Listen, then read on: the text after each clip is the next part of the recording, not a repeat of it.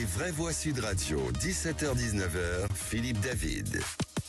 Bienvenue dans Les Vraies Voix, ces dernières vraies voix de la semaine et ces dernières vraies voix du mois de novembre. Cécile n'est toujours pas là, toujours pas de voix, on l'embrasse et on pense très fort à elle. Au sommaire de cette émission, les appels à la démission d'Emmanuel Macron se multiplient. Dernièrement, Jean-François Copé, François Ruffin, Charles de Courson ou encore Sébastien Chenu ont plaidé pour une présidentielle anticipée avec un gouvernement sans majorité qui peut tomber d'un moment à l'autre.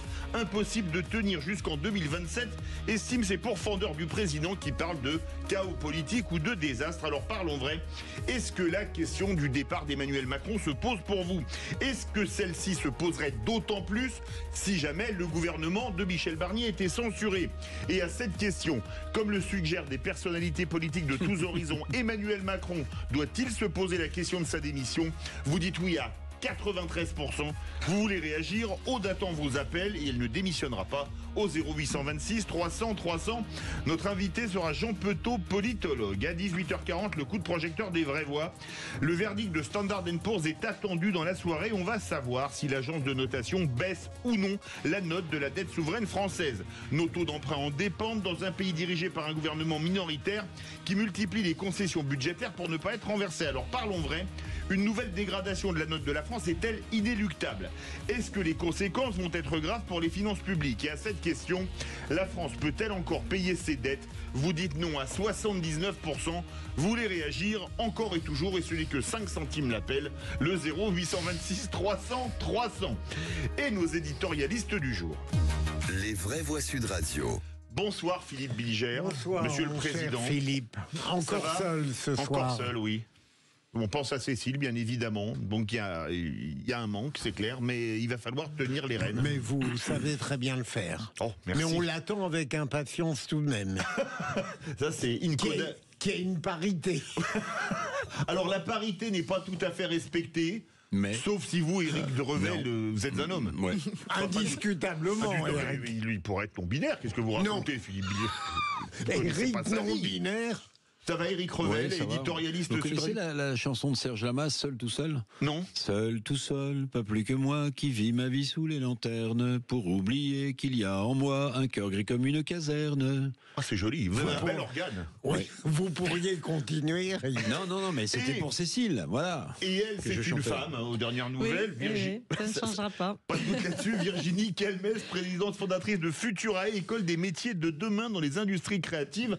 Bonsoir. Bonsoir, ravi de vous retrouver et une petite pensée pour Cécile qui nous manque. Une pensée pour Cécile et une deuxième pensée pour Maxime, notre réalisateur, qui fait d'excellents jingles et qui se fête son anniversaire aujourd'hui. Alors Maxime, on te souhaite, vous voulez qu'on lui chante comme joyeux anniversaire Maxime. Alors joyeux anniversaire à Maxime, notre réalisateur qui fait un excellent boulot avec notamment des jingles où on entend des dossiers très intéressants sur la vie intime de Philippe Bilger et sa comparaison avec un acteur italien célèbre. Pour ses 25 ans, on est c'est gentil. Allez, tout de suite, notre auditeur du jour qui est une auditrice. Bonsoir Brigitte. Bonsoir Philippe David, et puis un prompt rétablissement à Cécile de Minibus et un bon anniversaire à Maxime. Eh ben écoutez, parfait. Donc mon coup de cœur d'aujourd'hui, c'est bien évidemment Notre-Dame. Oui.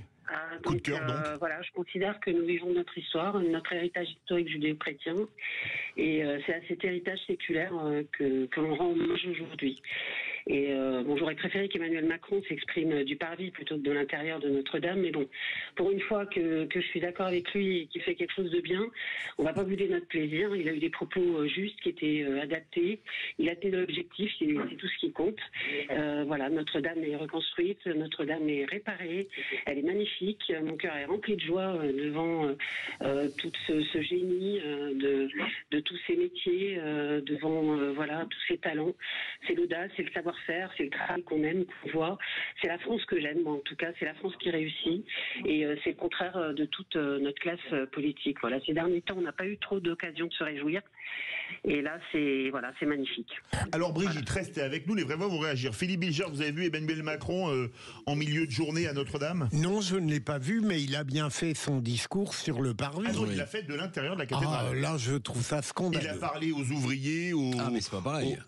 Ah oui, Non, c'est il n'a d'accord. pas fait de discours. Non. Enfin, si, il a Là, fait un c'était discours une visite, pour remercier. mais c'était une visite de chantier. L'inauguration, c'est pas là. pardon, C'est pas là. Non, mais alors, je attention, retire. il a fait un discours aux ouvriers et aux ingénieurs, aux architectes, etc., qui ont refait Notre-Dame de l'intérieur de la cathédrale. Ça, oui, je l'ai Je vais regardé. remettre ma parole en chantier, donc il n'y a pas de problème.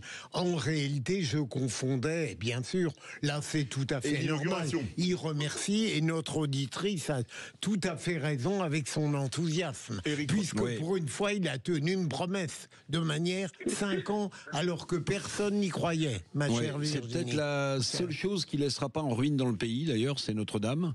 C'est vrai qu'il a tenu les engagements. Il faut saluer tout le travail des compagnons du devoir. Absolument. Les 1000 poutres qui ont refait le toit de Notre-Dame, enfin ces artisans français que le monde entier nous envie. Seule chose que j'ai trouvé un peu bizarre de la part du président de la République, c'est qu'il estime que la reconstruction de Notre-Dame va être un choc d'espérance. Je pense qu'il ne parlait pas de lui. Virginie Calmels. Bah, surtout hommage au général Georgelin. Oui, qui est décédé malheureusement. Hommage à toutes ces personnes qui se sont mobilisées, parce que À là, son successeur, on a l'impression formidable. que c'est le succès d'Emmanuel Macron. Oui, il avait été effectivement assez offensif sur les délais, mais derrière, il y a eu quand même des financeurs mobilisés. Et quand il y a beaucoup d'argent, ça va plus vite de tenir les délais. Il y a eu effectivement des très grands professionnels, notamment les compagnons qui ont reconstruit. Donc, c'est vraiment un hommage collectif, et je suis d'accord avec Brigitte, ça fait du bien dans cette période d'avoir enfin quelque chose de positif, et puis surtout un petit hommage au christianisme. Moi, ça me fait du bien aussi. Merci beaucoup Brigitte. Alors vous restez avec nous puisque vous êtes notre auditrice du soir et qu'il y a bien évidemment le qui c'est qui l'a dit, dont on peut supposer que vous allez être une brillante candidate. Bah écoutez, je vais essayer de faire mieux que la dernière fois, mais j'avais perdu.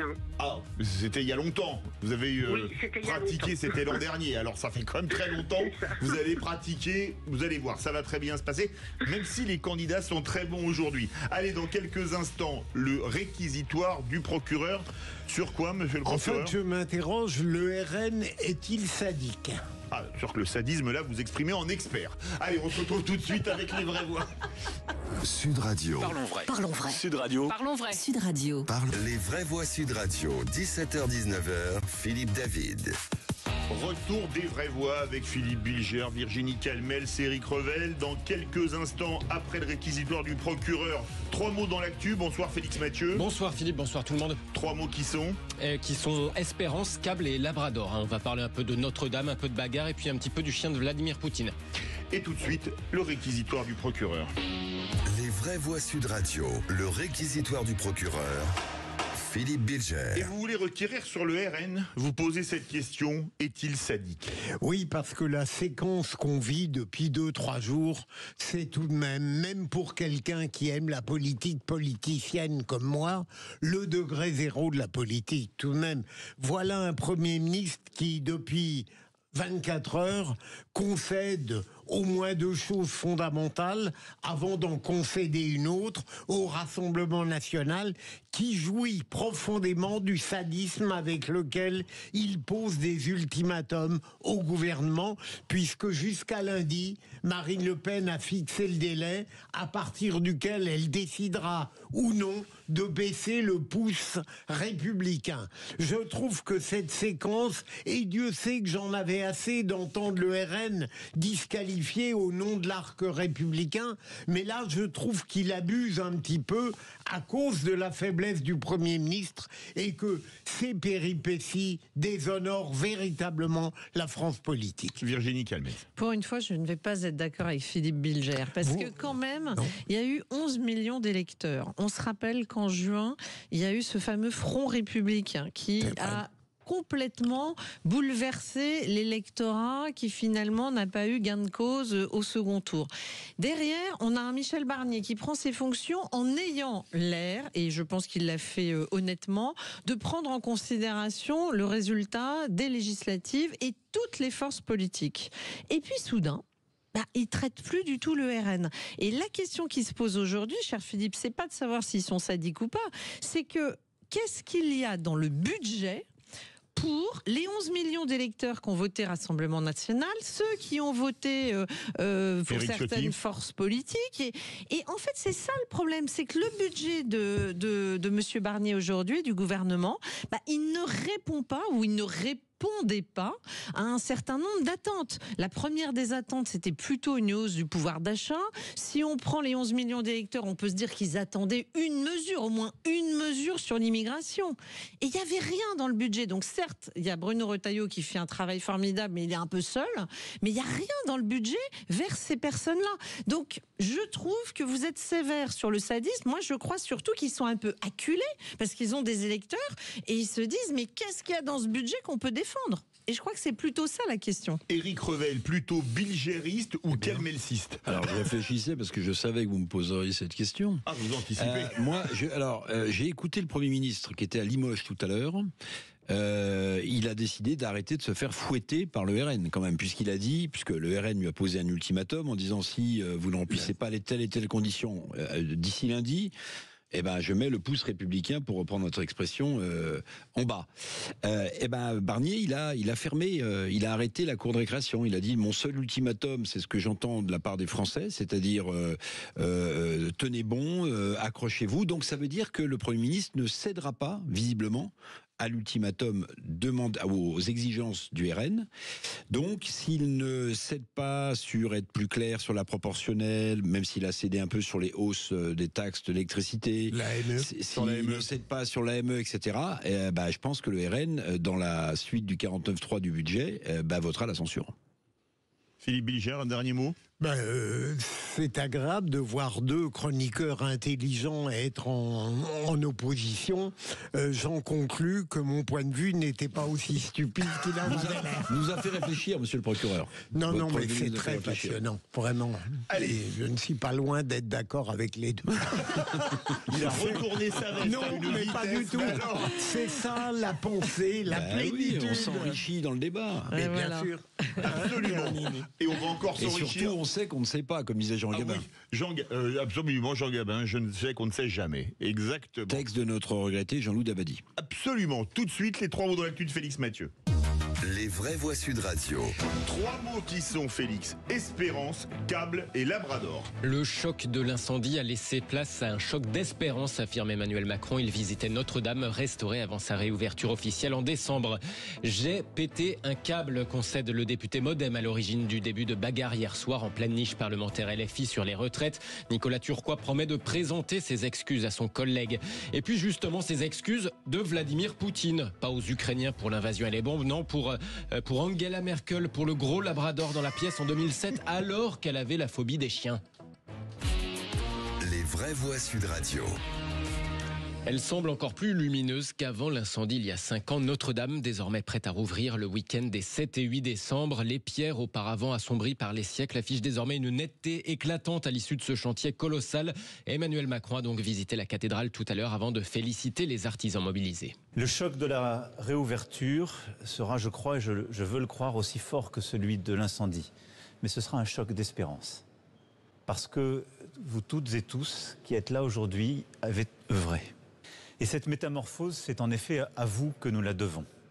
Vous avez été les alchimistes du chantier et vous avez transformé le charbon en art, si je puis dire. Le brasier de Notre-Dame était une blessure nationale et vous avez été son remède. Par la volonté, par le travail, par l'engagement. Une reconstruction entièrement financée par les donations, un chantier du siècle piloté par le général Georges Lain jusqu'à sa disparition l'an dernier. Le président lui a adressé une pensée appuyée, visiblement très émue. Il y avait une personnalité forte, un chef, et ce fut le général Georges Lain. Et pour nous tous, de 2019 à 2023, il a été le visage et la voix du chantier. Et je pense tout particulièrement, et c'est à lui que je voudrais dédier ce moment, si vous m'y autorisez, à vos côtés, parce qu'il aurait dû être avec nous. Je crois qu'il aurait été fier et heureux, qu'il vous aurait chacun salué par votre nom, votre prénom, comme à son habitude, avec cette voix de stentor.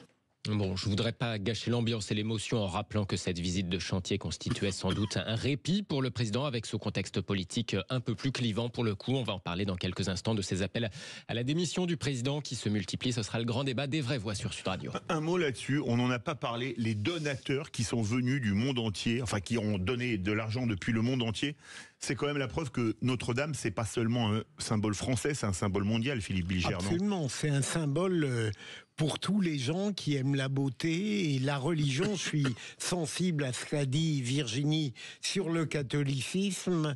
Il y a au-delà de l'incroyance, il y a une sorte d'adhésion à tout ce qui représente quelque chose dans un monde terriblement vulgaire, de surnaturel. Et je dirais presque qui nous dépasse. Un mot ? Oui, moi je crois qu'on a un problème. On ne croit plus en grand chose en fait. Et on a le sentiment que notre société, elle manque peut-être un peu de mysticisme, d'élévation. Et je pense que Notre-Dame touche évidemment bien au-delà des frontières. C'est pas du tout français, c'est un symbole et un symbole mondial. Éric Revel ? Oui, symbole du christianisme sur toute la planète, mais c'est aussi, à mon avis, l'exact opposé des valeurs que l'on partage de plus en plus, c'est-à-dire le zapping permanent. Vous voyez, Notre-Dame, c'est par définition un monument éternel. Et en face, vous avez des réseaux sociaux, vous avez des sujets sur lesquels on zappe en permanence, vous avez une actu sur laquelle, de manière superficielle, on passe et repasse. Eh bien, Notre-Dame, c'est exactement le contraire. C'est l'immortalité. Vous avez dit c'est éternel. Je vais faire un coup de pub à une expo qui s'appelle Éternel Notre-Dame à la Cité de l'Histoire et au parking de Notre-Dame où on visite en réalité virtuelle pour la construction. C'est fabuleux. Deuxième mot justement, câble, celui qui a pété le député MoDem à l'origine de l'esclandre hier soir à l'Assemblée. Ce sont ces mots. J'ai pété un câble, explique Nicolas Turquois, député MoDem de la Vienne. Hier soir, il a failli en venir aux mains, retenu par des collègues et par le ministre Marc Fesneau aussi qui a fait rempart de son corps pour protéger un député socialiste. Puisqu'en pleine niche parlementaire LFI sur l'abrogation de la réforme des retraites, le bloc central avait déposé 1 millier d'amendements pour empêcher la mise au vote avant minuit. D'ailleurs, ça a fonctionné comme stratégie.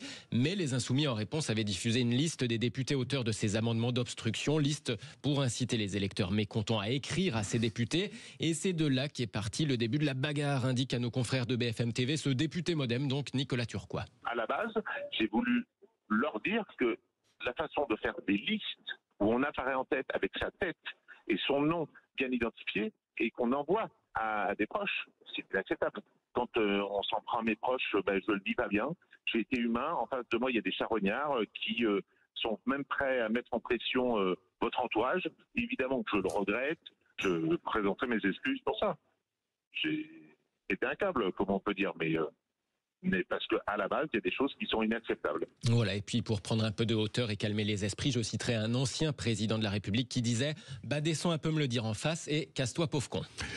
Le député Nicolas Turquois a raison de présenter ses excuses, mais ce qui m'amuse un petit peu, c'est la susceptibilité des députés LFI qui créent en permanence de la violence verbale et parfois même physique avec des gestes profondément indécents et qui là, vraiment, sont de petites choses fragiles. Hein.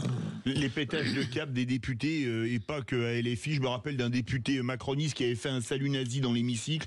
Les pétages de câbles, comment vous expliquez que ça se multiplie autant, Virginie Calmels, dans l'hémicycle ? Il faut peut-être regarder comment on recrute nos députés maintenant. Hein. Je veux dire, là, ça devient assez pathétique quand même comme spectacle, même si l'erreur est humaine, le pétage de câbles.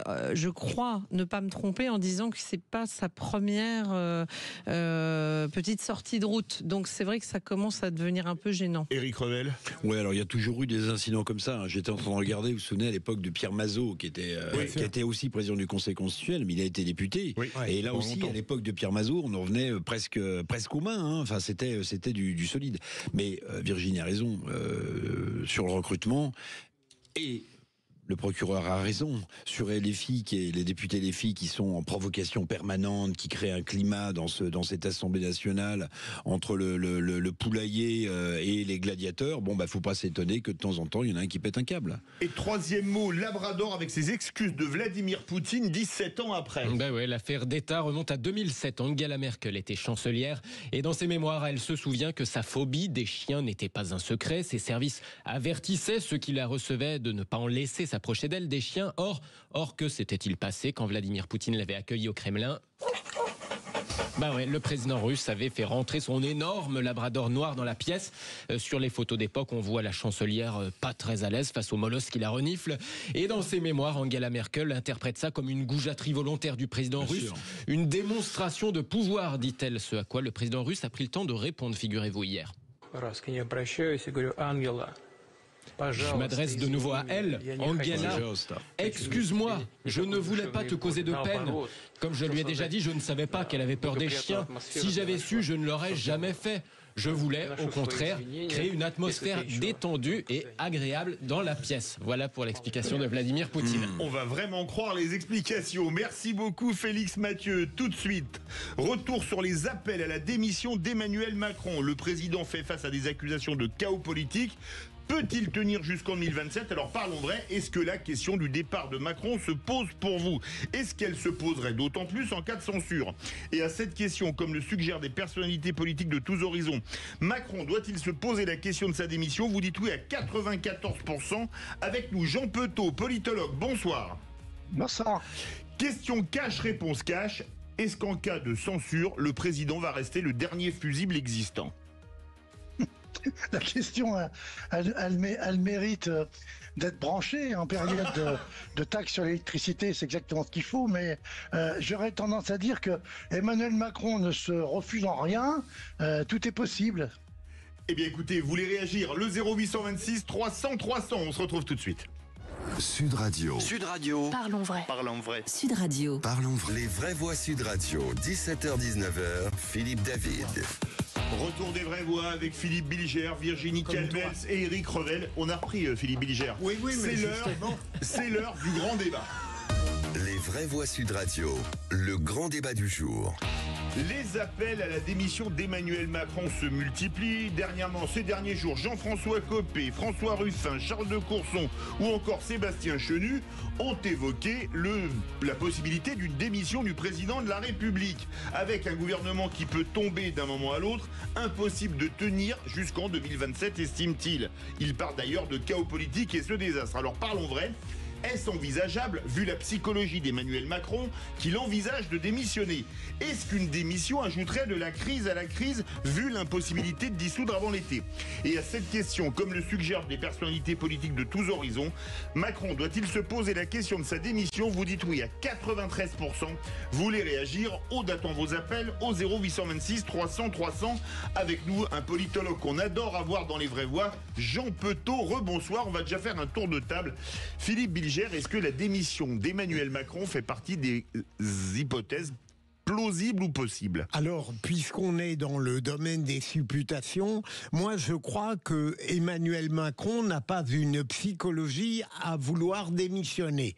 Deuxième observation, il me semble, mais je parle sous le contrôle de Jean Petot et de mes amis chroniqueurs, que rien ne peut obliger sur le plan constitutionnel, quelles que soient les difficultés parlementaires, un président de la République à démissionner. Et troisième élément, et là j'ajoute peut-être une donnée qu'on oublie, c'est que cette volonté de le faire démissionner, qui en effet devient de plus en plus importante, est-ce qu'elle ne révèle pas, au-delà du processus parlementaire, un désir profond en réalité de le voir partir, tout simplement parce qu'on ne le supporte plus?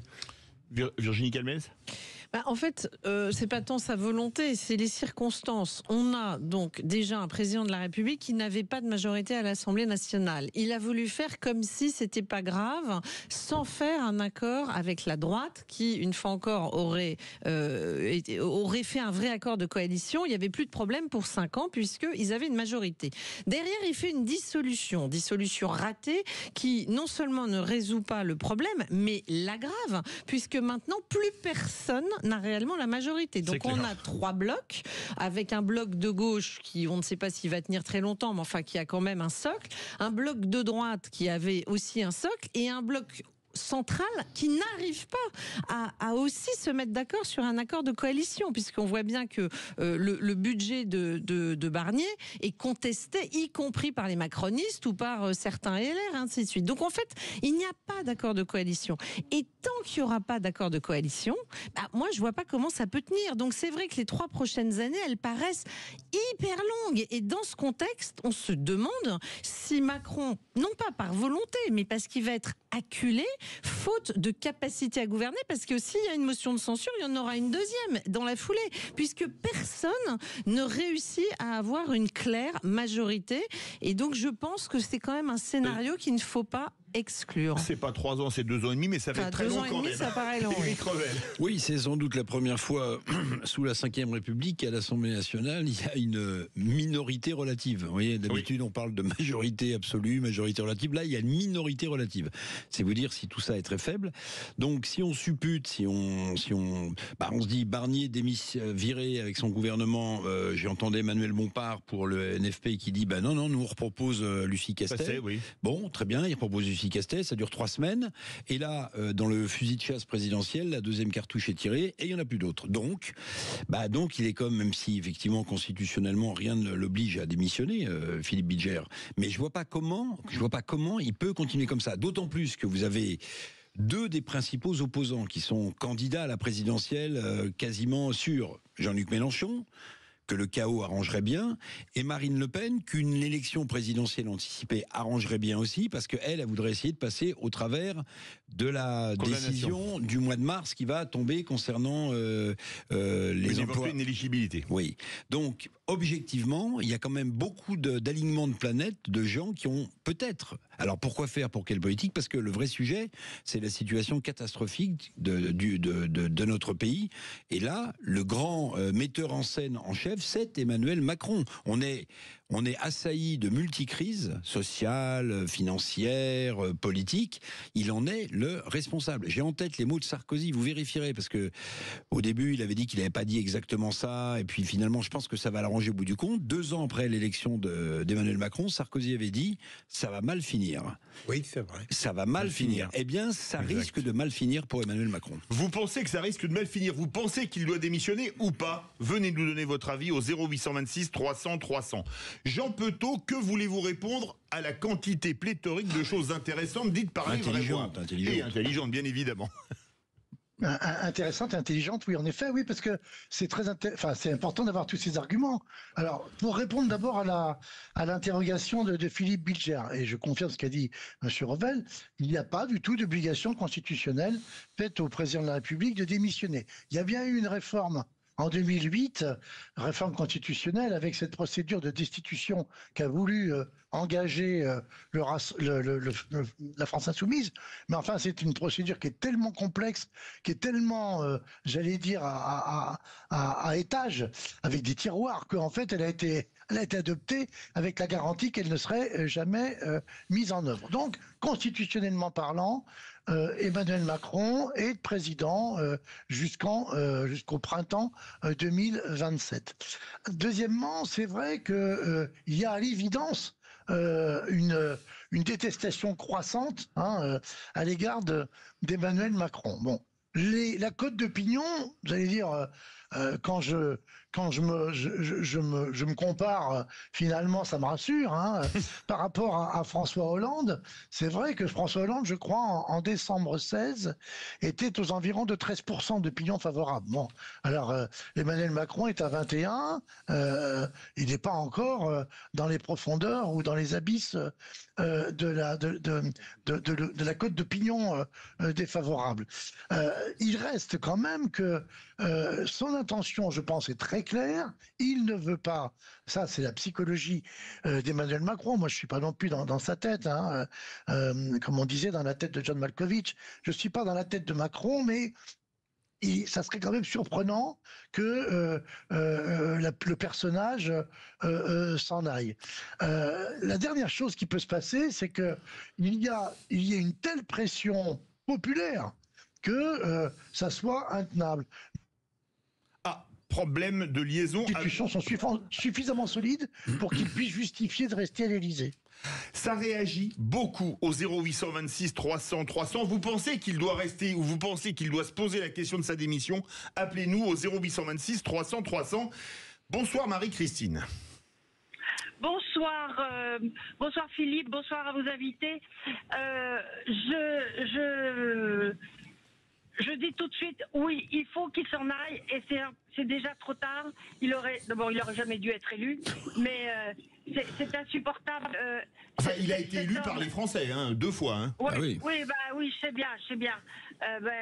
Bon, je n'épiloguerai pas là-dessus, mais enfin, cet homme, sur le plan culturel, dès qu'il veut faire référence à l'histoire de France, il dit une connerie. Sur le plan d'éducation, il n'en a aucune. C'est un vrai plouc qui tripote tout le monde. Il touche le roi d'Angleterre. Enfin, il ne sait pas se tenir. Sur le plan financier, je n'insisterai pas sur les milliards qu'il a dépensés. Enfin, c'est une catastrophe, ce type. Et après, on nous dit que c'est une intelligence exceptionnelle. J'aimerais bien qu'il soit un peu moins intelligent et un peu plus pragmatique. Et un des ministres disait il y a quelques jours, les illégaux dehors, etc.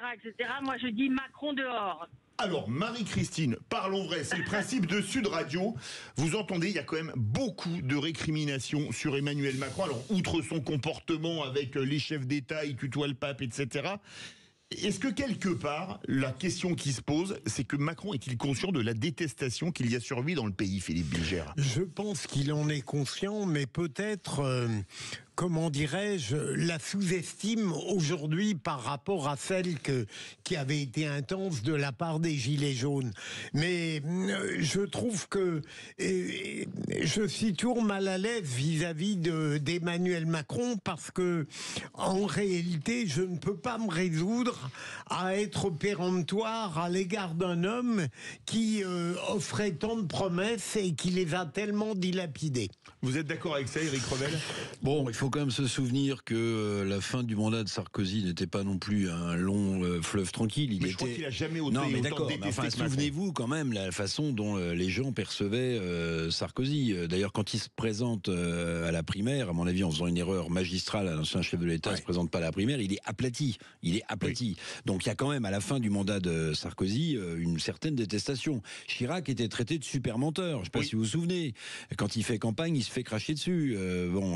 Donc, mais vous avez raison, c'est que les promesses ont tellement été élevées, le nouveau monde, la nouvelle façon de faire de la politique, la Start-up Nations, que évidemment, plus vous montez les Français sur une falaise d'altitude, plus la chute est lourde.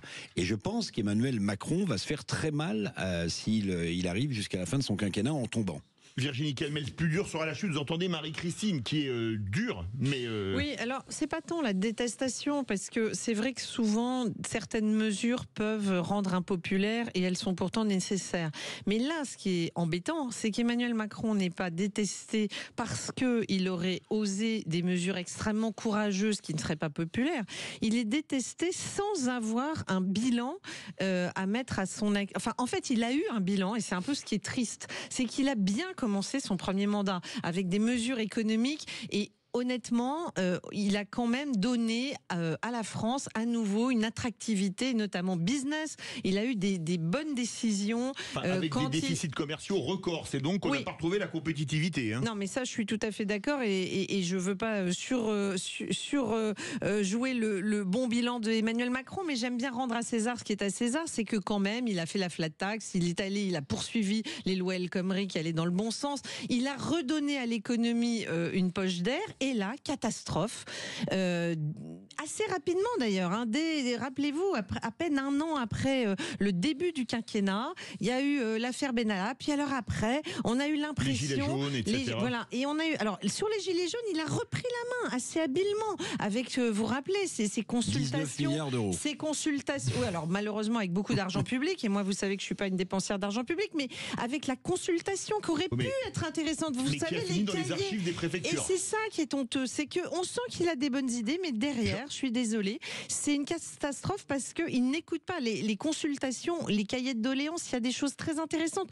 Tout ça est lettre morte et surtout aujourd'hui, on est en détricotage complet avec un bilan économique qui est désastreux. Voilà, donc c'est triste, mais je crois que la détestation, elle ne vient pas de mesures courageuses, elle vient malheureusement d'un bilan qui fait beaucoup de perdants. Jean Petot, quand on entend Marie-Christine et les vraies voix, est-ce que vous diriez pas que finalement, Emmanuel Macron, 7 ans après son élection, 7 ans et demi, c'est la grande désillusion?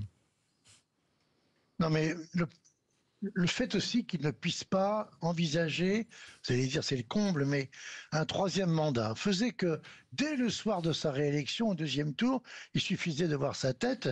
D'une certaine façon, la messe était dite, c'était terminé. Vous ne pouvez pas, pour un politique, quel qu'il soit d'ailleurs, l'engager pour un round supplémentaire en lui disant on connaît l'heure et la fin de ton ta prestation, de ton mandat. Ça, c'est une situation qui a été encore une de ces modifications, vous connaissez ma position là-dessus, complètement aberrante de la Constitution. Hein. Il y en a d'autres, hein, au même chapitre, hein, l'interdiction du cumul des mandats, etc., etc. Tout cela a, d'une certaine façon, positionné aujourd'hui le système politique de manière très équilibrée. On m'empêchera pas quand même de poser une dernière réflexion. Le départ d'Emmanuel Macron, qui est souhaité d'ailleurs par un certain nombre de politiques, vous les avez cités d'ailleurs. Hein, et dans un très large spectre. Hein.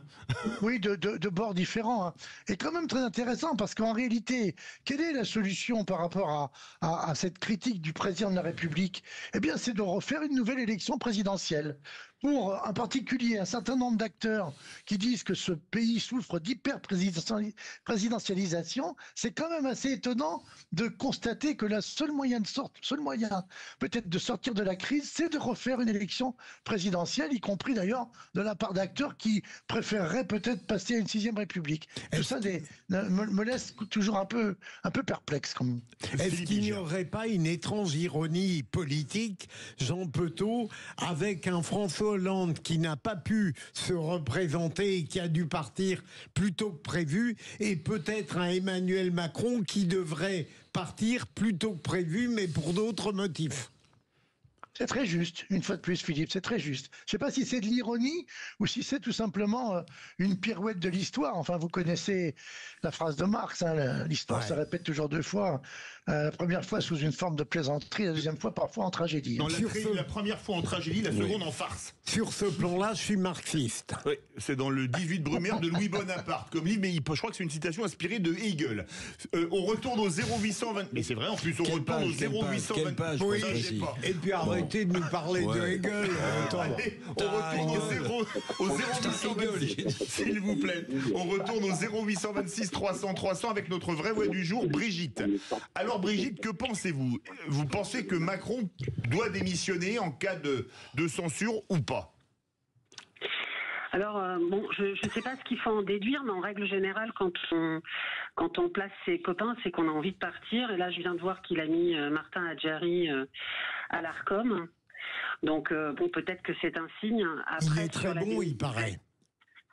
Ah bah je sais pas s'il est aussi bon que Papa Ndiaye, mais bon, c'est son copain et c'est celui qui a fait la mission diversité à l'Opéra pour qu'il y ait une proportion de blancs qui soit beaucoup moindre. Donc je suis pas certaine, voilà, je suis pas certaine qu'il soit si brillant que ça s'il est sur la même ligne que son ami Papa Ndiaye. Mais sur la démission d'Emmanuel Macron, moi je suis sur la même ligne que Marie-Christine. La seule chose, c'est que pour mettre qui, quoi. Et puis surtout, on sort de 2 périodes électorales. On n'a jamais le temps de faire vraiment campagne. Donc, bon, je ne sais pas s'il est possible d'élire pire que Macron, mais moi, c'est surtout ma crainte. Donc, j'adorerais qu'il parte, parce que j'en peux plus de lui, comme la moitié de la France, ou plus que la moitié de la France. Mais je ne sais pas ce qu'on aura, voilà, à sa place. Donc, bon, Horizon pousse, mais je suis pas certaine que Édouard Philippe voilà, soit le candidat approprié, loin de là. C'est surtout pour moi pas le candidat approprié. Donc Brigitte, voilà, je suis très partagée. Restez avec nous à faire réagir Jean Petot. En cas de censure, il est le dernier fusible. On a posé la question tout à l'heure, mais est-ce que ce serait une crise politique comme on n'en a jamais vu sous la 5e ? Bah, obliger un président de la République à démissionner, ça ne s'est jamais produit. Hein. C'est clair. On va retenir la perplexité de notre dernière auditrice qui passe de Macron à ma crainte, comme elle l'a dit elle-même. Merci beaucoup Jean Petot, politologue, qu'on a toujours un grand plaisir à avoir dans Les Vraies Voix. Dans quelques instants, le quoi qui l'a dit. Voilà, le qui c'est qui l'a dit. Brigitte, vous avez pu réviser là depuis 1 heure ? Oui, je fais de mon mieux là. Je fais de mon mieux. Eh bien, écoutez, ne vous inquiétez pas, vous allez faire un très bon score. Virginie est redoutable. Hein. C'est vrai. Ah oui, c'est elle qui a le record. En plus. Allez, on se retrouve tout de suite dans Les Vraies Voix. Sud Radio, votre attention est notre plus belle récompense. Merci de nous écouter sur Sud Radio. Non, c'est normal, parce que vous êtes une radio sympa, diversifiée et tout, donc c'est très bien. Sud Radio, parlons vrai. Les Vraies Voix Sud Radio, 17h-19h, Philippe David.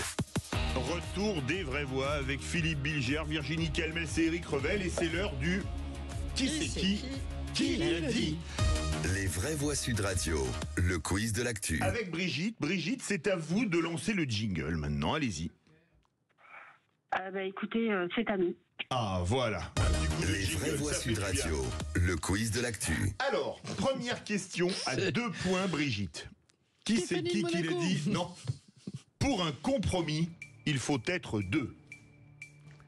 Brigitte. C'est une femme. Alors, Elisabeth Borne? Non. Elle est au gouvernement? Oui. Genevard? Non. Bréjon. Bonne Bréjon, elle l'a dit avant. Je l'ai dit avant. Non, elle a dit un quart de seconde avant. Faut pas appuyer sur le buzzer avant de répondre. Ça m'aurait étonné. Moi, j'ai Je l'ai dit avant toi, mais plus doucement. Mais plus doucement. Regardez ce... Non. J'allais dire une grossièreté. Ce quoi? On a la télé. La VAR. Non, je me retiens, j'allais dire une grossièreté. Ah bah allez-y, lâchez-vous. Non, surtout pas. J'ai tout redonné les Brigitte, qui c'est qui l'a dit à 2 points?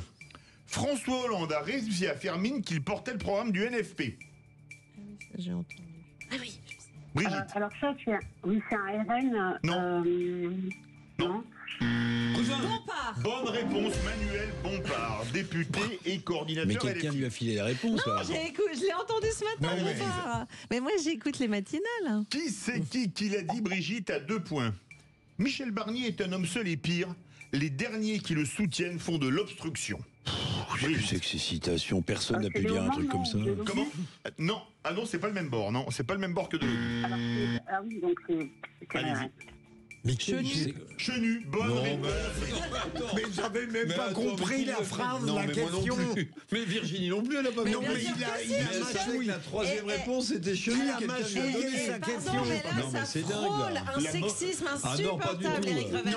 Il donne des indices. Mais pardon, je ne savais pas. Il donne des indices. Il a dit que c'était pas le bord, bien au contraire. Personne n'a compris la phrase. Alors que c'était quelle phrase, Virginie Calmels? Quelle était la phrase? C'était l'opposé de l'effet que Barnier était seul, y compris contre pas son propre camp. Mais t'écoutes pas, Eric. Qui c'est qui, s'il vous plaît, qui c'est qui l'a dit à 2 points, Brigitte? Sans intervention des huissiers, il m'en aurait mis une. Brigitte. Attendez. Brigitte. C'est le socialiste là qui a. Enfin, non, oui, c'est Léaumont. Bonne réponse de Philippe Bilger. Cette fois-ci, il n'y a pas de discussion. Bravo Philippe. Bravo. Moi, je connaissais pas son nom. Tout à l'heure, on nous a truandés. Hein. Vous avez mâchouillé une question qu'on n'a pas comprise. Mais moi, je l'ai parfaitement comprise. Avec Eric, qui est un vrai témoin. S'il vous plaît. Et vous n'écoutez pas les indices. Et un analyste affûté. S'il vous plaît, qui c'est qui l'a dit à 3 points sur ce qui s'est passé hier soir à l'Assemblée. Ce qui s'est passé est une espèce de clownisation de la vie parlementaire. Mais tout le monde peut avoir dit ça. Oui, c'est vrai que c'est un député qui a changé de parti il n'y a pas très longtemps. Oh là là. Brigitte. Député. Je l'ai. Non, Éric Ciotti. Non, Ruffin. Non. Eric Ciotti. Non. Edith Piaf. Corbière. Bonne réponse de Philippe Bilger. Ils ont filé les questions. Mais arrête. C'est fou comme Éric Revel pense qu'on pourrait tricher. Pour vous, il a raison. Mais je rêve. Allez, une dernière. Quelle honte. Tu as une dernière marrante. On voit le monde à son Qui image, c'est qui l'a dit à 2 points? On n'est pas là pour mettre des coups de pression au Premier ministre. Brigitte. C'est une femme. C'est Marine Le Pen. Attal. Non, une femme. Une femme. C'est une députée et elle a été ministre. Thévenot. Bonne réponse. Thévenot. Mais t'écoutes pas ces indices. C'est fou. Mais en quelle année elle a dit ça? Elle a dit ça ce matin. Ce matin, t'écoutes pas les matinales. Mais s'il vous plaît, merci à vous, Brigitte, bravo. Oh non. Ils étaient très dissipés aujourd'hui. Non, Christine, bravo. Alors, excusez-moi, mais pour vous rassurer, Christine, Brigitte, s'il vous plaît, pour vous rassurer, Brigitte, vous avez fait le même score qu'Éric Revel, c'est-à-dire 0. Philippe Bilger, 5 points et Virginie Calmette, 8 points. Bravo. Allez, tout à l'heure, on va vous retrouver pour les tours de table de l'actualité. Merci à vous et bon week-end, Brigitte. L'info en plus, c'est mon coup de gueule qui va parler, je crois que ce n'est jamais arrivé, de sexe. Restez bien avec nous, on aimerait voir. Bon, alors, Sud Radio. Sud Radio. Parlons vrai. Parlons vrai. Sud Radio. Les vraies voix Sud Radio. 17h-19h, Philippe David. Retour des vraies voix, avec un duo d'une mauvaise foi rare sur le qui c'est qui l'a dit. Leader du duo, il ne peut pas s'en empêcher, Philippe Bilger. Bonsoir Philippe Bilger. Bonsoir, je suis ravi d'être là, même si j'encaisse mal une défaite imméritée. Éric Revel, qui a suivi Philippe Bilger dans ses turpitudes sans aucune vergogne. J'ai suivi le procureur. Je vais faire une question à Philippe David. Le psychologue gouvernemental et politique a atteint son paroxysme avec les déclarations du Premier ministre Michel Barnier, le risque de la défiance des marchés financiers qui prêtent à la France pour financer sa dette. Qui a dit ça? Éric Revel. Virginie Calmette. Elle sait qui a dit ça. Vous avez compris ma phrase ou pas, Philippe Bilger? Mais comme tout à l'heure. J'ai compris, j'ai répondu. Comme tout à l'heure. Et enfin, celle qui a gagné avec humilité et sans une once de mauvaise foi, Virginie Calmette. Merci. Et je ne dirais pas que mes compagnons sont un peu durs de la feuille. Mais en fait, mais vous l'avez pensé tellement fort. Allez, dans quelques minutes, ce sera mon coup de gueule qui, je crois que ce n'est jamais arrivé, va parler de sexe. Ce qui voilà, au moins une bonne nouvelle. Mais tout de suite, le répondeur des vraies voix. Ma question aux invités de ce soir et plus largement à vos auditeurs, est-ce qu'il ne serait pas grand temps d'envisager le basculement à une 6e République ? La crise actuelle déjà, et plus globalement, les citoyens qui sentent bien la déconnexion totale des élus, et depuis longtemps, depuis au moins une trentaine d'années, est-ce que c'est simplement pas le format actuel de la politique de notre pays qui est plus du tout adapté? Voilà, ça fait longtemps que je réfléchis à tout ça et aujourd'hui j'aimerais qu'on puisse poser ce débat, mais de manière vraiment concrète. La 5e est à bout, elle a montré ses limites et elle est à bout, elle est morte. La 5e est morte et enterrée. Voilà, merci beaucoup, bonne continuation. C'est une question, cette fois-ci, très intéressante. Imaginons que le président de la République soit obligé de démissionner. Est-ce que ça révélerait une faille importante dans la constitution de la 5e République et donc l'attente légitime d'une 6e, ou est-ce que ça démontrerait simplement l'impéritie ou l'incompétence, en l'occurrence, du chef de l'État? C'est les institutions ou les hommes le problème? Alors, moi je pense que les institutions de la Ve République empêchent que le chaos politique actuel se transforme en désastre. Donc ces institutions de la Ve République sont super importantes. Maintenant, je partage assez l'avis de l'auditeur, c'est-à-dire qu'on a une Ve République qui est très mal en point, oui, qui est à bout de souffle, peut-être faute d'incarnation au sommet de l'État aussi, parce que bon, De Gaulle c'était De Gaulle, et puis juste pour faire un petit coup de pub, l'hémicycle que Virginie Calmels connaît bien, qui est ma revue trimestrielle, dont le rédacteur en chef est David Revaud-Dallon, consacre tout son dernier numéro justement à la Ve République à bout de souffle, avec plein de témoignages. Virginie Calmels. Ouais, là, je dirais quand même qu'on est dans cette situation parce qu'il y a eu une dissolution. Alors là, pour le coup, c'était contre toute attente, parce qu'une dissolution juste au lendemain d'une défaite électorale des européennes normalement ne pouvait pas apporter une clarification, et c'est évidemment ce qui s'est passé. Et donc c'est pas tant les institutions, il me semble, le problème, c'est plutôt une fois encore ne pas avoir voulu reconnaître sa défaite et faire une vraie coalition au moment de l'élection présidentielle, et derrière faire la dissolution au plus mauvais moment. Ce qui est clair, c'est qu'on sent qu'il va falloir beaucoup de maturité, parce qu'il faudra des coalitions à l'avenir. Ça sera compliqué, vraisemblablement, faute d'hommes providentiels, d'avoir une large majorité. Sauf, Virginie, qu'en 1997, quand Chirac dissout l'Assemblée nationale pour le résultat qu'on sait, puisqu'il passe d'une majorité absolue à une cohabitation, on n'a pas du tout le même tangage de la Ve République. Et pourtant, c'est une dissolution loupée également. Oui, mais il y a un bloc majoritaire. Là, il n'y en a pas. Et c'est ça la grande nouveauté. Dans quelques instants, mon coup de gueule. Et ensuite, on aura dans l'info en plus de Félix Mathieu, l'armée française qui n'est plus la bienvenue en Afrique, puisque hier, tant le Sénégal que le Tchad ont rompu les accords de coopération de défense avec la France. On en parlera avec Mathieu Bloch, député UDR et membre de la commission de la défense nationale et des forces armées. Restez bien avec nous sur Sud Radio. Sud Radio. Sud Radio, parlons vrai. Parlons vrai. Sud Radio. Parlons. Les vraies voix Sud Radio, 17h-19h, Philippe David. Retour des vraies voix avec Philippe Bilger, Éric Revel, Virginie Calmels, et c'est l'heure du coup de gueule. Les vraies voix Sud Radio. Comme d'habitude, je vais remettre le clocher au milieu du village, un village qui se situe rue de Grenelle au ministère de l'Éducation. Pourquoi ? Parce qu'on ne peut pas dire que le programme d'éducation à la vie affective, relationnelle et sexuelle, qui doit être présenté mi-décembre devant le Conseil supérieur de l'éducation, fasse l'unanimité, y compris au sein du gouvernement. On écoute ceci. Je m'engagerai personnellement pour que la théorie du genre ne trouve pas sa place dans nos écoles, parce qu'elle ne devrait pas y avoir sa place. Vous venez d'entendre Alexandre Portier, ministre délégué à l'enseignement professionnel et à la réussite scolaire, mercredi devant les sénateurs. Maintenant, on écoute ceci. La théorie du genre, elle n'existe pas. Elle n'existe pas non plus dans ce programme, évidemment. Vous venez d'entendre Adjoint Tem, ministre de l'Éducation nationale, hier devant les caméras de BFM TV. Il faudrait donc s'entendre au sein du gouvernement pour savoir si la théorie du genre existe ou n'existe pas. Pour ma part, elle existe et doit être totalement bannie des établissements scolaires. Et parmi les promoteurs de la théorie du genre se trouve le planning familial, qui a pris la défense d'Adjoint Tem en la retweetant avec ce commentaire, je cite, « Des mensonges sont relayés sciemment sur le programme de l'éducation à la vie affective. Ce programme aborde l'apprentissage des émotions, du consentement, l'esprit critique, l'égalité. Les opposants à son application ont un projet de société patriarcale, sexiste et conservatrice. » Un précédent tweet affirmait d'ailleurs que la théorie du genre n'existe pas. Un planning familial qui s'exprime en expert en termes de mensonges, puisqu'il n'hésite pas dans ses visuels à écrire, je cite, « Au planning, on sait que des hommes aussi peuvent être enceints. » Un homme enceint, comment se fait la fécondation ou nid de l'embryon? Un homme enceint, c'est comme les martiens, on en parle, mais personne n'en a jamais vu. Un planning familial qui a écrit dans son lexique trans, entre autres délires, je cite, écoutez cette définition, assignation à la naissance. À la naissance, les médecins décident, selon des normes de longueur du pénis/clitoris, si l'individu est un garçon ou une fille. Alors non, les médecins ne décident de rien, c'est la nature qui avait décidé si vous naissez fille ou garçon, selon que vous soyez pourvu de chromosomes XX et d'une vulve ou de chromosomes XY et d'un pénis et de testicules.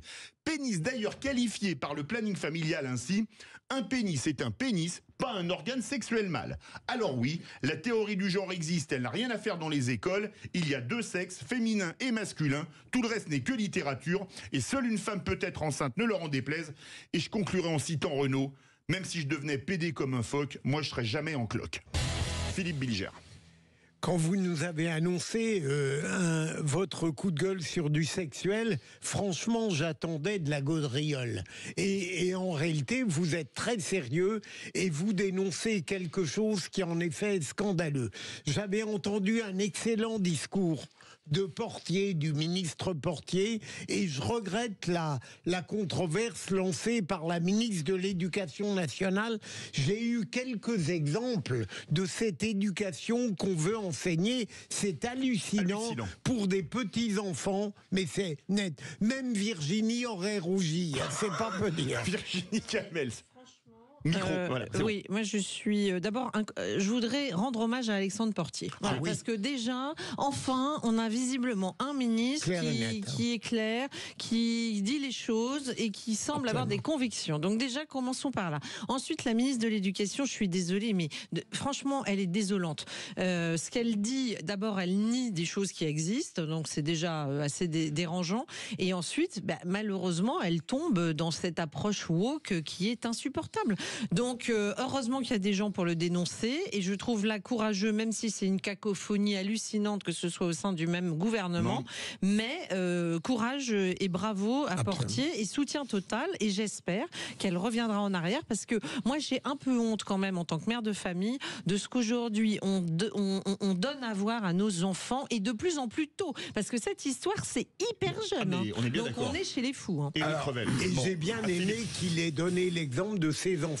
Virginie. Alors, je partage la plupart de ce que vous avez dit, mais il y a un sujet sur lequel quand même il faut faire attention, parce que j'ai entendu des gens qui m'expliquaient qu'on n'a pas le contenu encore exact, mais par exemple, mais pour les petites classes, pour les toutes petites classes, il s'agirait d'une éducation à l'émotion, et qu'on ne parlerait vraiment, c'est ce que j'ai entendu dans les programmes de sexe, qu'à partir du collège. On est d'accord. Oui. Bon, donc il faut faire attention quand même à pas jeter tous nos fantasmes, si j'ose dire, en cette matière, parce que le sujet est grave, le sujet est lourd. Vous avez raison de le souligner, Philippe David. Vous avez raison.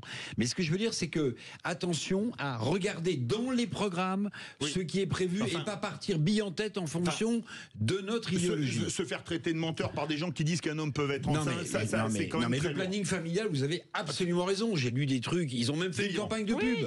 Il y avait un homme avec un gros ventre, pardon. Tout de suite, l'info en plus. Parce qu'il allaitait. L'info en plus de Félix Mathieu. C'est que même si je devenais pédé comme un phoque, moi je serais jamais en cloque. Alors tout de suite, l'info en plus de Félix Mathieu. Et l'armée française n'est décidément plus la bienvenue sur le continent africain. Le Tchad et le Sénégal annoncent rompre leurs accords militaires avec Paris. Des forces militaires françaises priaient de fermer leur base et de rentrer chez elles. La France avait déjà dû se retirer du Sahel après des coups d'État ces dernières années au Mali, au Niger, au Burkina Faso. Les derniers soldats français avaient aussi quitté la Centrafrique il y a 2 ans. Pour en parler, nous sommes avec Mathieu Bloch, député UDR, membre de la Commission de la Défense nationale et des Forces armées. Bonsoir. Oui, bonsoir à toutes et à tous. Merci d'être avec nous dans Les Vraies Voix sur Sud Radio. Alors désormais donc le Tchad et le Sénégal, est-ce que ça témoigne d'une perte d'influence de la France, ou bien est-ce que c'est le sens de l'histoire? Après tout, on a le Tchad qui met en avant sa souveraineté pour expliquer cette décision. Moi je pense que c'est une situation absolument dramatique. Finalement, c'est la continuité de la politique désastreuse d'Emmanuel Macron depuis 7 ans en matière de politique internationale, et tout particulièrement en Afrique. On se souvient qu'il avait commencé son mandat d'une drôle de façon au Burkina Faso, où il avait fait preuve de beaucoup de mépris envers le président de ce pays. Ensuite, on s'est fait chasser du Niger, du Burkina, on s'est fait chasser du Mali par la milice Wagner, et là c'était dramatique, parce qu'à la suite de l'opération Barkhane, on a laissé le sentiment que 58 soldats français sont morts pour rien. Et là aujourd'hui, le Tchad, c'est quand même le dernier pays du Sahel qui abrite des forces françaises, qui est une région absolument essentielle dans le cadre de la lutte contre le terrorisme. C'est le berceau du terrorisme islamique qui est là-bas. On a perdu, je vous rappelle, à l'époque 153 aussi militaires tués au Mali. Et puis là, on a aussi en plus la réaction du président sénégalais, qui est pourtant un pays ami de la France, qui en dit long sur le sentiment anti-français aujourd'hui, qui se propage partout en Afrique. Vous vous rendez compte, c'est quand même le pays de Sangor qui nous dit cela aujourd'hui. Et quand on se rappelle de l'accueil notamment du président Chirac il y a quelques années quand il se rendait en déplacement en Afrique, le contraste est absolument saisissant avec ce qui se passe aujourd'hui et de la façon dont est traitée la France en Afrique en général. Voilà. Donc moi ça me préoccupe énormément et c'est vraiment l'affaiblissement de la politique étrangère de notre pays. Mathieu Bloch, Philippe Bilger, Éric Revel veut vous poser une question. Monsieur le député, pour avoir voulu quitter le système de la France-Afrique, quel est, à votre avis, le vice fondamental de la politique ou de l'absence de politique qui a été menée à l'égard de l'Afrique ? Qu'on a fait preuve de beaucoup de suffisance et beaucoup de mépris, qu'on ne sait pas suffisamment se vendre. Enfin, quand vous voyez qu'aujourd'hui des milices comme Wagner sont capables de propager un sentiment anti-français, on se dit qu'il y a quand même un souci, parce que les milices Wagner, enfin, on sait que c'est quand même pas des enfants de cœur, ils apportent pas la paix et la culture partout où ils passent. Alors que nous, dans le cas de nos opérations extérieures, on apporte quand même pas mal de sécurité et de stabilité à ces pays. Alors certes, on défend aussi nos intérêts stratégiques, mais aussi on est capable de proposer des choses, des infrastructures à ces pays qu'on a quand même aidé à se développer. Donc il y a un problème on perd la guerre de communication, on se fait remplacer par les Russes, par les Chinois, alors qu'on apporte à ces pays-là, c'est extrêmement frustrant. Alors ce qui je pense est un véritable problème, c'est que on n'a pas su développer les créneaux de communication nécessaires pour nous faire maintenir le sentiment de bienfaisance de la France sur ces États, alors que franchement c'est assez ingrat parce que on participe largement à leur développement. Éric Revel et Virginie Kamel, chacun une question courte pour réponse courte. Ah bon, alors moi je voulais faire un petit dégagement, mais non, parce que vous avez raison. Moi je me souviens de voyage avec Jacques Chirac en Afrique où il était accueilli avec des chants bienvenue président Chirac, soyez le bienvenu. C'était une vraie fête quand le président de la République arrivait là-bas. Symbole quand même de cette France, de la France qui a laissé tomber aussi l'Afrique. Mohamed Bazoum, le président du Niger, qui a été renversé par un coup d'État en juillet 2023, il a été abandonné par le chef de l'État français. Il est toujours détenu dans son palais. On n'en parle plus. C'était le grand ami d'Emmanuel Macron. Et puis, monsieur le député, je vais vous dire une chose, et c'est ma question. L'Agence française de développement, l'AFD, consacre par sa filiale, la Proparco, ou même en direct, des crédits à ces pays-là. Les pays qui rompent leurs relations militaires avec la France, il faut suspendre toutes ces aides au développement. Alors, une réponse très courte. Je suis complètement d'accord avec vous et ça rejoint aussi finalement l'affaire avec Boualem Sansal. Son emprisonnement est absolument scandaleux. Alors, il y a évidemment le volet politique interne, il est aussi algérien, il est franco-algérien, il est aussi algérien et on comprend que ce qu'il dit déplaît fortement au régime d'Alger, mais il y a aussi une insulte à la France quelque part. Là. Le régime algérien nous le dénigre depuis un certain moment. On a plein d'outils pour faire la pression, mettre une pression pour obtenir sa libération. On ne le fait pas. Aujourd'hui, on n'a plus aucune influence en Afrique, on ne fait plus peur à personne et c'est la responsabilité du président de la République. Virginie Kamel, question courte, réponse courte. Non, 100% d'accord avec tout ce qui vient d'être dit. Je voulais juste ajouter qu'on a aussi perdu nos positions en Afrique par une perte de nos valeurs. C'est-à-dire qu'aujourd'hui, parce qu'on n'accompagne pas nos aînés, parce qu'on n'a plus le sens de la famille, parce qu'on a l'impression d'être une société décadente, on est regardé par les Africains comme des gens qui n'ont plus des valeurs, au-delà de tout ce qui a été dit, évidemment, sur nos positions militaires qui sont désastreuses. Et d'ailleurs, on a parlé de Barkhane et je pense qu'il faut rendre hommage à tous ces soldats qui ont été tués. Et c'était en novembre, l'anniversaire était il y a quelques jours. Absolument. Le mot de la fin, Mathieu Bloch, en quelques secondes. Écoutez, moi j'ai beaucoup de tristesse aujourd'hui quand je vois ça. J'ai l'impression que nos militaires qui ont quand même fait beaucoup de sacrifices dans ces pays, on a payé le prix du sang, on a fait tout ça pour rien et on a complètement perdu la bataille de la communication alors que voilà, on n'est pas les méchants colonisateurs dans ces pays, on avait une utilité dans leur développement, dans leur stabilité et aujourd'hui on perd complètement ce match et finalement on peut se demander si on ne crée pas aussi un danger pour la nation puisque voilà, c'est un nid à terroristes et aujourd'hui on n'aura plus aucun levier pour lutter contre tout ça. Merci beaucoup Mathieu Bloch, député UDR, membre de la commission de la défense nationale et des forces armées. Merci à vous Félix Mathieu. Allez, tout de suite, les tours de table de l'actualité. Philippe Bilger. Règlement de compte à Hockey-Bourbon. Virginie Kamel. Au secours, la droite ne revient pas. Éric Revel. À l'insu de son plein gré, Barnier va mettre en place l'union des droites. Et c'est parti, on se retrouve tout de suite. Sud Radio. Sud Radio. Parlons vrai. Parlons vrai. Sud Radio. Les vraies voix Sud Radio, 17h-19h, Philippe David. Retour des vraies voix avec Philippe Bilger, Éric Revel, Virginie Calmel, c'est l'heure du tour de table de l'actualité. Mais maniez-vous le tronc, on va bientôt se mettre à table. Ça sent l'artiste à cette table, ça sent l'artiste. Je suis épuisé, moi. C'est horriblement fatigant d'être intelligent. Le tour de table de l'actualité. Et vous voulez parler de règlement de compte à Hockey Palais Bourbon. Oui, alors il est évident qu'on est prêt à tout imaginer au sujet de l'Assemblée nationale quand on voit ce qui s'y passe. Mais tout de même hier, l'altercation physique qui a opposé le député MoDem turquois au député socialiste et éventuellement le député LFI Léaumont avec l'intervention pour une fois d'un Marc Fesneau qui a été utile, eh bien... C'est l'intervention pour une fois ou pour une fois qui pour a une été fois, utile. il a été utile, voilà. Ouais. En effet, ma chère Virginie. Et donc, ça dépasse les bornes, quoi. Et ça m'a fait penser à ce magnifique western Règlement compte à Hockey Choral. J'avais dit dans un de mes coups de gueule il y a quelques jours que bientôt l'Assemblée serait une ZAD. Vous êtes d'accord avec ça ou pas? On n'en est pas loin quand on voit le comportement des LFI. C'est clair qu'ils ont parfois pris l'Assemblée nationale comme un terrain de jeu. Enfin, on se rappelle tout un tas de débordements. Oui. Donc oui, malheureusement, de temps en temps, effectivement, les images nous laissent rêveurs. Éric Revel. Je dois dire un truc là? Oui, si vous voulez. Non, c'est ce qu'a dit Philippe qui m'a beaucoup fait rire sur Marc Fesneau. Je l'imaginais en escarpin sur les moquettes de l'Assemblée nationale et avec des bottes dans l'interglaise de la Beauce. Et c'est vrai qu'il paraît plus à l'aise à l'Assemblée nationale. Oui, absolument. Sur le ministre de l'Agriculture, quand il l'était absolument. Tiens, Éric Revel, on reste avec vous. Pour vous, Barnier va faire l'union des droites? Alors, vous allez voir, je pousse mon raisonnement jusqu'au bout. Barnier, il est sous le coup de l'ultimatum, on le disait tout à l'heure, de Marine Le Pen. Oui. Il doit lui dire si oui ou non le cahier des charges voulu par le RN, il le respecte. Bon, pour l'instant, il a botté en touche en disant non, moi je ne respecterai pas ce que m'impose le RN, je suis au service de tous les partis et des Français. Très bien. Mais imaginez quand même que finalement, il regarde 2 ou 3 mesures voulues par le RN et qu'il les incorpore dans son budget. Bien, Barnier, il incarne les LR, ils viennent de cette famille-là. Bon, eh bien, s'il répondait positivement, plus dans le fond, à des mesures souhaitées par les RN, d'une certaine manière, oui, il amorcerait l'union des droites, puisque un Premier ministre LR aurait accepté de mettre des mesures économiques souhaitées par le RN dans son propre budget. Et ben c'est une façon, à l'insu de son plein gré, de mettre en place le début d'un rapprochement des droites. Philippe Bilger. C'est un...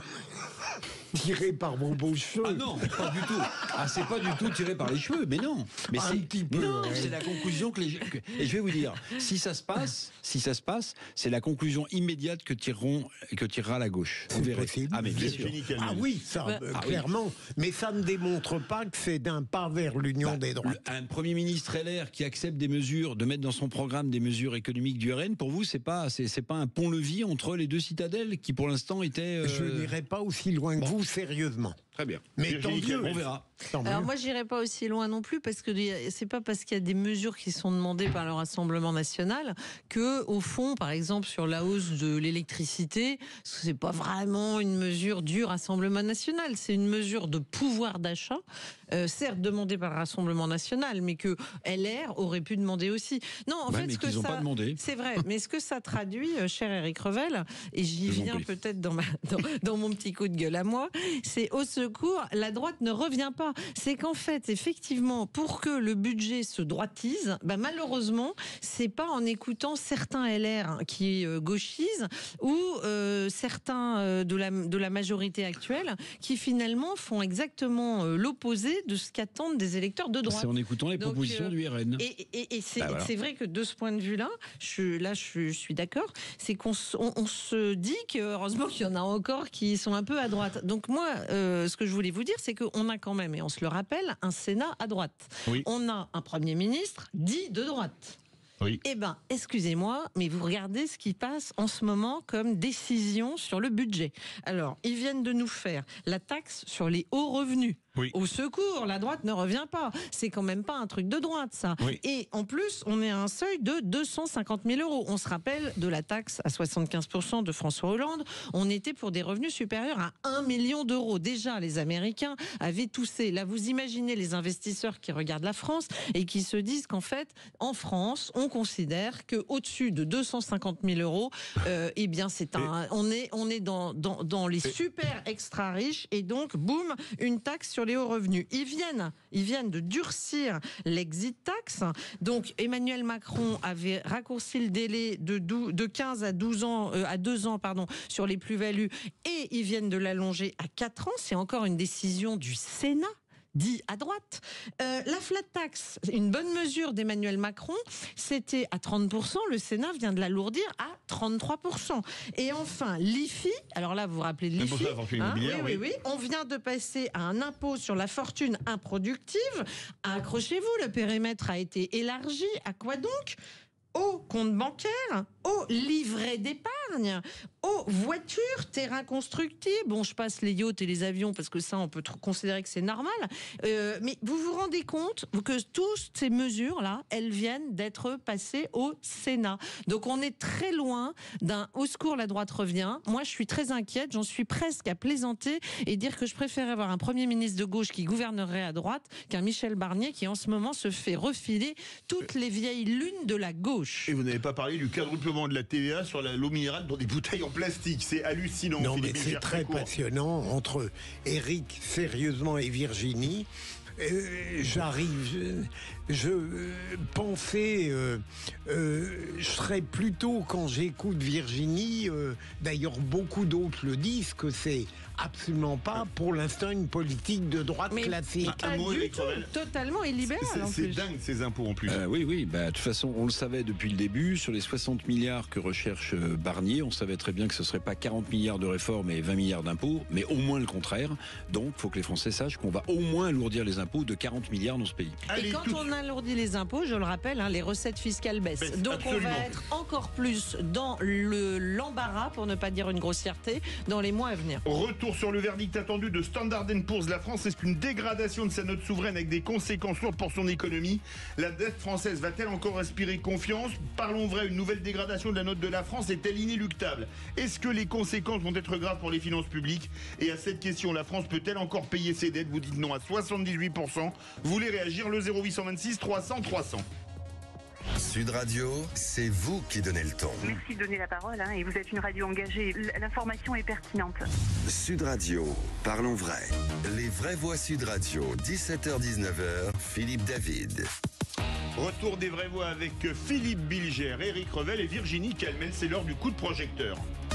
Les vraies voix Sud Radio, le coup de projecteur des vraies voix. Le verdict de Standard & Poor's est attendu dans la soirée. On va savoir si l'agence de notation baisse la note de la dette souveraine française. Nos taux d'emprunt en dépendent. Dans un pays dirigé par un gouvernement minoritaire qui multiplie les concessions budgétaires pour ne pas être renversé. Alors parlons vrai, est-ce que les beaux-arts de la finance n'ont pas joué faux pour nous emmener là ? La France est-elle l'élève du cobu pour faire plaisir à Éric Revel de la dépense publique ? Et à cette question, note de l'agence Standard & Poor's, la France peut-elle encore payer ses dettes ? Vous dites non à 78%. Vous voulez réagir ? Le 0826 300 300. Éric Revel, on vous donnait la parole en premier, comme vous êtes économiste. Est-ce que ce soir, c'est un moment coup près ? Alors, c'est pas un moment coup près parce que c'est pas la seule agence qui donne son avis, mais vu le contexte politique et financier autour du budget, ça peut avoir une forte implication. Alors, on pense généralement qu'on n'aura pas de dégradation de la note ce soir, normalement, parce que alors là, ce serait un coup terrible, mais il y aura plutôt un biais négatif, c'est-à-dire juste avant de dégrader la note. Maintenant, je voulais vous donner quand même 3 chiffres pour qu'on parle du bilan de Macron, d'un point de vue financier. Je regardais. 2017, on a 59 milliards de déficit public. 2024, on en a 167. On parle de réindustrialisation, n'est-ce pas ? Balance commerciale en 2017, moins 62. Balance commerciale 7 ans plus tard, moins 100 milliards. Donc la réindustrialisation n'est pas passée par là. Et puis, bien sûr, la cerise sur le gâteau, la dette. Je vous rappelle, on avait 2218 milliards d'euros de dette en 2017. On en a 3228. Voilà. C'est là-dessus aussi que les agences se calent. Ça surenchérit pas directement le coût du crédit si on était dégradé. Mais le problème, c'est qu'on a une Allemagne qui est en très mauvaise posture économiquement. Et quand vous avez les deux maillons forts de la zone euro qui sont dans cette difficulté-là, il faut se poser la question aussi de la solidité de la zone euro maintenant, à mon avis. Philippe Bilger. Si vous le permettez, j'aimerais vous poser une question à tous les deux. Au fond, quelle est l'importance du quoi qu'il en coûte dans cet énorme 300 milliards. Déficit 350 Seulement milliards. Voilà, donc, sur les un peu plus de 1000 milliards. Il y a 700 milliards qui ont été dépensés un peu, et c'est pour ça que ça fait toujours rire, mais il faut le rappeler, Emmanuel Macron, qui venait d'une banque d'affaires, avait été qualifié de Mozart de la finance. Vous voyez, s'il avait été juste un musicien de quartier populaire, je ne sais pas dans quelle situation seraient les finances publiques. Non, clairement, on a eu des Mozart de la dépense, pas de la finance. Et donc, le problème, c'est qu'effectivement, aujourd'hui, le risque, c'est que le service de la dette, c'est-à-dire juste le paiement des intérêts, devienne le premier budget de l'État. C'est aujourd'hui le deuxième, quand même. Oui, c'est derrière énorme. l'éducation. Et on sent qu'il ne faut pas grand-chose. Donc, on va voir effectivement ce que Standard & Poor's va faire. On sent bien... Alors, si vous voulez, les investisseurs, ils raisonnent sur des critères très simples. Déjà, la stabilité politique. Il se trouve que la France était parmi les pays les plus sûrs. Vous voyez, on n'était pas en Amérique du Sud. Mais aujourd'hui, en termes de stabilité politique, on voit bien que la France est dans l'œil du cyclone. Dissolution, puis derrière potentielle motion de censure, puis pas de majorité, ça crée... Demande de démission du président. Voilà. Oui. Tout ça crée de toute façon une instabilité potentielle qui effraie les investisseurs. Ensuite, on voit bien qu'on est dans l'incapacité totale de faire des coupes dans les dépenses. Et ce n'est pas inéluctable. Moi, ça m'agace quand on donne l'impression qu'on ne pourrait pas faire autrement. C'est faux. Gouverner, c'est prévoir, mais gouverner, c'est aussi hiérarchiser et prendre des décisions fortes. Je le dis, je le répète, il y a des aides directes, discrétionnaires à des entreprises au bord du dépôt de bilan qui ne servent à rien, qui brûlent de l'argent public, et les entreprises, de toute façon, elles ferment derrière. Donc ça ne dope même pas l'emploi. Et bien là, il fallait tailler très fort pour au contraire donner aux entreprises qu'elles demandent, c'est-à-dire des baisses de charges, ce qui aurait permis d'augmenter le net de tous les salariés, donc une mesure pouvoir d'achat, et on pouvait affecter, moi je préconisais 40 milliards de suppression d'aides directes, 20 milliards en baisse de charges, 20 milliards en réduction du déficit. On peut faire autrement, simplement il faut des arbitrages. On peut aussi se dire qu'effectivement l'AME a peut-être été trop généreuse. On peut se dire que peut-être on place des gens en situation irrégulière dans des hôtels qui sont encore un peu trop coûteux. Enfin, il y a des mots, et toutes les agences de l'État, on en parlait il y a 5 minutes, qui auraient dû être fermées parce qu'elles sont inutiles. Donc il y a des endroits où on peut faire des réductions. Pourquoi ? Parce qu'on a encore énormément d'argent public. On n'est quand même pas un pays en voie de développement. Donc il y a beaucoup d'argent public. Néanmoins, on flèche mal. Et là, je suis désolée, mais on sent qu'il y a une capitulation pour faire des économies. Et évidemment, on a recours comme d'habitude à l'impôt. Et ça aussi, je le dis, ça inquiète tous les investisseurs. Parce que voir que notre seule capacité, c'est d'augmenter l'impôt, et nos investisseurs, ils connaissent la courbe de l'affaire, ils savent que quand on augmente les prélèvements, les recettes fiscales baissent. J'entends beaucoup dire que tous les avantages qu'on donne aux entreprises, ils ne sont jamais traduits par des efforts de la part des entreprises. C'est vrai, quand c'est des entreprises qui vont au dépôt de bilan, quels efforts voulez qu'elles fassent ? En fait, on dope à l'argent public. Il faut reconnaître quand même que le chômage a beaucoup baissé. Que les CICE, puisque c'est de ça dont vous parlez. C'était ça, voilà. Absolument. Bon, il a quand même été utile. Bon, on a aussi octroyé des CICE à des entreprises publiques. La Poste a bénéficié de CICE, je ne sais pas si vous voyez. Bon, mais ce qui est dramatique là, parce qu'il ne faut pas l'oublier, c'est que les difficultés économiques de la France font qu'on est devant beaucoup de plans sociaux de masse, notamment dans toute la filière automobile. Dans toute la filière automobile, les équipementiers automobiles, ThyssenKrupp en Allemagne qui vire 11 000 personnes. Volkswagen en Allemagne qui ferme 3 usines. Malgré la promesse de Macron d'atteindre le plein emploi en 2025, 2027, on sait que ça aussi, cette promesse-là, il ne pourra pas la tenir, parce que là, on est devant à peu près 150, 200 000 postes qui vont être supprimés. Et Eric, on ajoute les PGE. On est maintenant, vous vous rappelez, les prêts garantis par l'État au moment du Covid, on arrive au moment où il faut rembourser. Il y a beaucoup d'entreprises qui vont se retrouver sur le carreau. Et honnêtement, le MEDEF, Croissance Plus, beaucoup d'organismes alertent, on a l'impression que personne ne les entend. Et une fois encore, c'est pas avec de l'argent public qu'on va résoudre ça. Ça, c'est faux. Les gens qui pensent qu'on dope l'emploi à coup d'argent public ne connaissent rien à l'économie. Il faut de la stabilité, de la visibilité, de la baisse de charges. Il faut des environnements qui soient propices. Et c'est pas en rajoutant des normes, des réglementations dans tous les sens que l'économie va aller mieux. Et on va avoir un drame énergétique. Trump a le gaz de schiste, l'énergie aux États-Unis va être tellement compétitive que l'Europe ne pourra plus développer son industrie. Excusez-moi, on a des milliards de mètres cubes de gaz de schiste en Lorraine notamment. Il faudra avoir le courage politique de revenir sur le truc délirant qu'on a fait pour faire plaisir aux écologistes, de ne pas l'exploiter. En France, on aurait le Koweït en gaz et l'Arabie Saoudite en pétrole, on les exploiterait pas. On est chez les dingues, non? Mais je suis d'accord. Je pense on veut toujours laver plus blanc que blanc, et aujourd'hui, on est en perte de compétitivité totale. Merci beaucoup. Et verdict, vous êtes toujours 78% à penser que la France ne peut plus payer ses dettes. Et verdict ce soir pour la notation de Standard & Poor's. Merci beaucoup Philippe Bilger. Merci beaucoup. Merci Virginie, merci les deux Philippe. Merci Virginie. Merci à tous les trois. Et tout de suite, comme tous les vendredis soirs, notamment avec Alexandre Priam et Quentin Cabanis, c'est l'heure du rugby. Salut Alexandre. Salut les vrais voix. Le menu du rugby ce soir sur Sud Radio. Avec déjà la journée de Pro D2 qui est très attendue ce soir, avec des rencontres qui s'annoncent absolument passionnantes. On sera notamment ce soir du côté de Grenoble pour Grenoble, Colomiers, puis le multiplex dans quelques instants. Et puis arrive, il est en train de se préparer, c'est Philippe Spanghero qui va nous parler d'un possible France All Black qui aurait lieu à Las Vegas cet été. C'est une possibilité, c'est même une probable affiche qui aura lieu donc cet été. Beaucoup de choses à évoquer avec toute l'équipe. Ça donne envie de chanter la chanson d'Elvis Presley, Viva Las Vegas. Allez, on vous retrouve tout de suite avec l'équipe rugby de Sud Radio. Mais en attendant, les incontournables de la gestion de copropriété à lundi 17h pour les vraies voix.